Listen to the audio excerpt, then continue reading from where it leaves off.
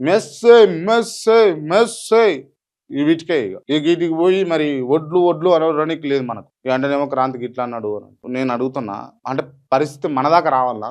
అంటే వనపర్తిలో అయింది కదా, మాలేరులో కాదేగా, మా జనగామలో కాలేగా, మా అబ్నగర్లో కాలేగా, మా కరీంనగర్లో కాలేగా, మా వరంగల్లో కాలేగా, గిట్లా అనుకోవాలనా? మా ఇంట్లో కాలేగా అని అనుకోవాలనా? అంతేనా? ఇక ఎలా ఆళ్ళొంతు, రేపు మనొంతు.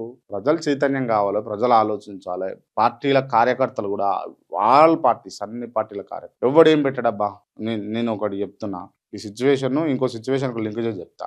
మీరు చూడండి, బండి భగీరథ అంటే ఆయన తప్పు చేసిండు, ఆయన జైలుకి పోవాలి అని చెప్పేసి చాలా మంది అన్నారు. అవును అన్నారు. కానీ నిక్కచ్చిగా బరాబర్ బల్లగుద్దినట్టు ఏ రాజకీయ నాయకులు దిగి వచ్చి మాట్లాడారు చెప్పురు? ప్రతిపక్ష వాళ్ళైనా, లేకపోతే అధికారంలో ఉన్న వాళ్ళైనా, లేకపోతే బీజేపీ వాళ్ళైనా ఎవరు మాట్లాడారు? మాట్లాడలే. అలా అంతా ఒకటే, అదంతా ఒకటే గ్యాంగ్. అదంతా అంటే ఒక రాజకీయ నాయకులు అని అంతా వాళ్ళదంతా ఒక గుంపు. ఎవరు అనుకోలేదు. చూసిరా మీరు? అంటే పెద్దగా పెద్దగా యోగిని అన్నాడు అని అన్నది ఏదో అరాకొర ఆర్ఎస్ ప్రవీణ్ కుమార్ అంటే అరాకొర ఏం లేదు, గట్టినే అన్నాడు.